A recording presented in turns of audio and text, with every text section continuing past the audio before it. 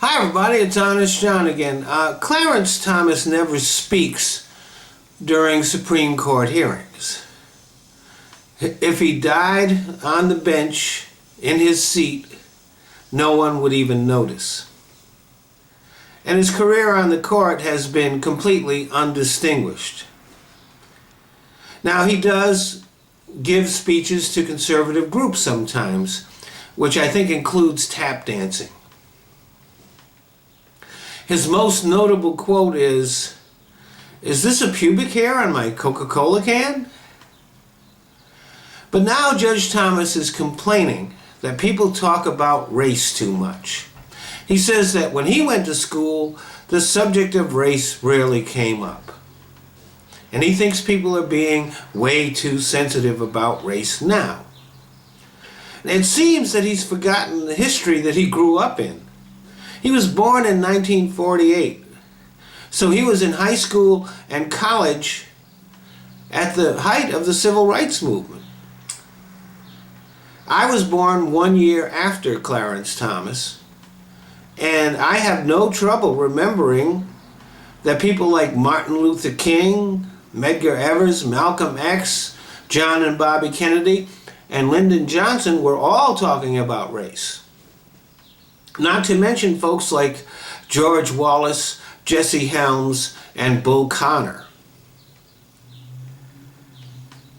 If it weren't for people like Martin Luther King, Clarence Thomas would have never attended the schools that he attended, and he would have had no chance of becoming a Supreme Court justice. He also seems to have forgotten his own biography. He dropped out of Conception Seminary College after the assassination of Martin Luther King because he heard a fellow student say, "Good, I hope he died." And he felt that the church that ran the school was not doing enough to combat racism. He also walked out of the College of the Holy Cross in Massachusetts as a protest after black students were punished and white students were not for committing the same infraction. He also helped found the Black Student Union. I wonder if he would now say that back then he was being too sensitive about race. After getting a law degree from Yale, Thomas recalls that law firms he applied to did not take him seriously. And instead of becoming angry at the racism he was encountering, he became angry at the affirmative action programs that enabled him to obtain his law degree and to achieve the position that he now holds. The one thing that you need to remember about Clarence Thomas is that a lot of people sacrificed a lot for his rights, to open up doors for him. And as soon as he went through that doors, he decided that he wanted to close them for everybody else.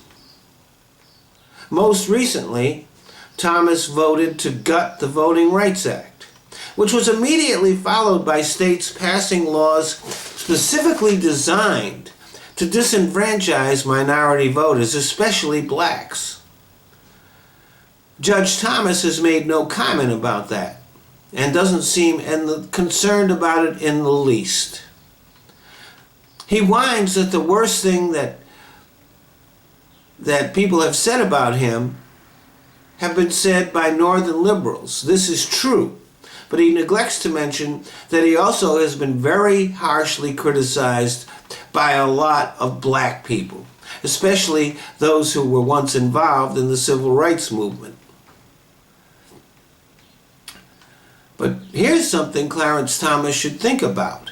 He has never, ever been criticized by the KKK, the neo-Nazis, or any white supremacist racist group.